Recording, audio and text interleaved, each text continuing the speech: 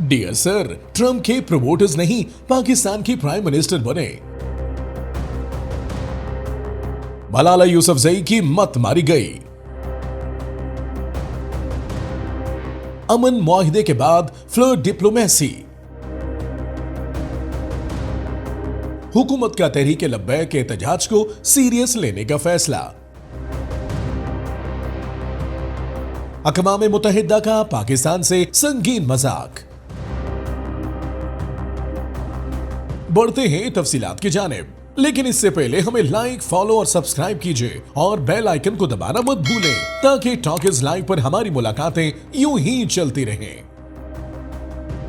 पाकिस्तान पर पिछला हफ्ता बहुत भारी रहा। यके बाद दीगरे अचानक ही कहीं से मसाइल के पहाड़ आए और चारों तरफ से पाकिस्तान पर टूट पड़े। हर जीहोश पाकिस्तानी अंगुश्ते बदंदा है कि ये सब मसाइब इकट्ठे पाकिस्तान पर क्यों टूट पड़े हैं। कामरान खान ने मुख्तसर अल्फाज में इन मसाइल को यूं एलेबोरेट किया है। पाकिस्तान का मुकम्मल कौमी मंजरनामा अचानक एक तूफान में घिर गया है। 5 मुख्तलिफ साइट से इंतशार का सामना है। पहला क्यास ये है कि अफगानिस्तान के साथ एक जंग का माहौल बना हुआ है। दूसरा क्यास ये है कि पाकिस्तान में टेररिज्म की एक नई लहर जारी है। तीसरा क्यास ये है कि केपी में ही सियासी बहरान इंतहा को पहुंच गया है। चौथा क्यास टीएलपी ने 4 दिन से एक नया धरना दिया हुआ है। 5वां क्यास पाकिस्तान स्टॉक एक्सचेंज में रेड लाइट जल गई है। पिछले 6 कारोबारी सेशंस में पाकिस्तान स्टॉक एक्सचेंज अपने हाई लेवल से 11,900 पॉइंट्स गिर गई। मार्केट का 100 इंडेक्स 7.5% गिर चुका है पिछले 6 दिनों में। सिर्फ आज के दिन पीएसएक्स ने तकरीबन 3% की गिरावट देखी। गोया के क्यास है। कामरान खान साहब, ऐसा नहीं है कि इन्हें इन मसाइल का इदराक नहीं है, बहुत अच्छी तरह है, मगर इनकी तरजीहात मईशत की बहाली या मसाइल का हल नहीं, बस डंग टपाना है। इसलिए रोज कोई ना कोई डंग टपाओ पॉलिसी या बयान आ जाता है। और ये जो सारे मसाइल आपने बताए हैं, सरकार को इनकी कोई फिक्र नहीं। फिक्र इसलिए नहीं कि इन मसाइल को ठीक तरीके से टैकल करने की ना इनमें शायद विल है ना कैपेसिटी। इन मसाइल को वाकई मसाइल समझते तो ऐसे संगीन हालात में वजीर आजम ट्रंप के पीछे मारे मारे फिरते।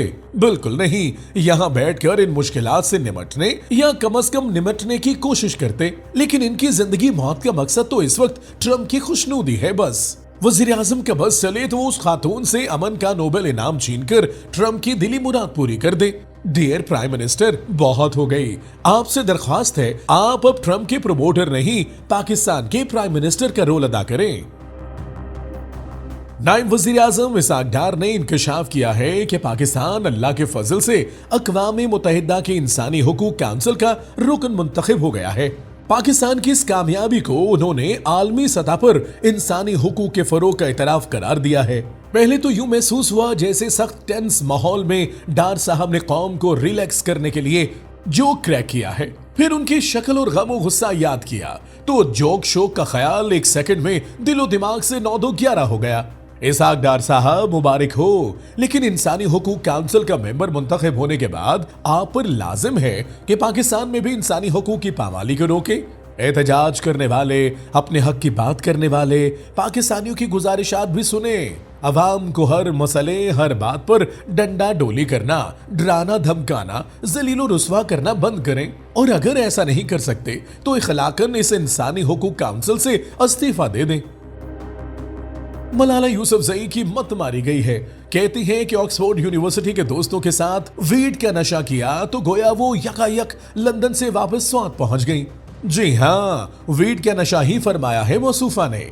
बरतानवी मीडिया को दिए गए इंटरव्यू में मलाला यूसुफजई ने कहा कि वीड के इस्तेमाल से लगा जैसे दोबारा 15 बरस की हो गई हूं, तालिबान हमले की याद ताजा हो गई।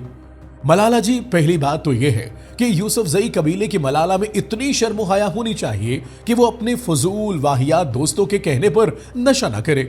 दूसरी बात, नशा करके यूं शोखों 2 टके के नशाबाजों की तरह अपनी इस घटिया हरकत को प्रमोट करना नशा करने से भी बुरी बात है। तीसरी और सबसे अहम बात, अगली बार वीड का इस्तेमाल ध्यान से कीजिएगा, कहीं वीड आपको स्वाद की बजाय अफगानिस्तान न जा पटखे। आजकल जो हालात चल रहे हैं वहां से वापसी नहीं होनी। We have a woman, a young woman who's I'm not allowed to say it because usually it's the end of your political career if you say it. She's a beautiful young woman. Now, if you use the word beautiful in the United States about a woman, that's the end of your political career, but I'll take my chances. Where is she? There she is. You don't mind being called beautiful, right? Because you are. Thank you very much for coming. We appreciate it.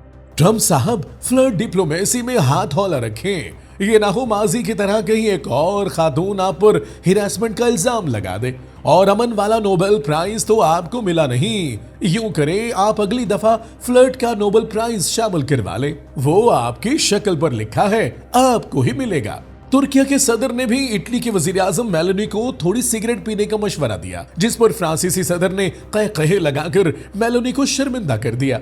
शुक्र है हमारे वजीर आजम ने बहती गंगा में हाथ नहीं धोए, वरना वो तो अपने शायराना तबीयत और जोशे बयानी में कोई अखीर ही गुल खिलाते।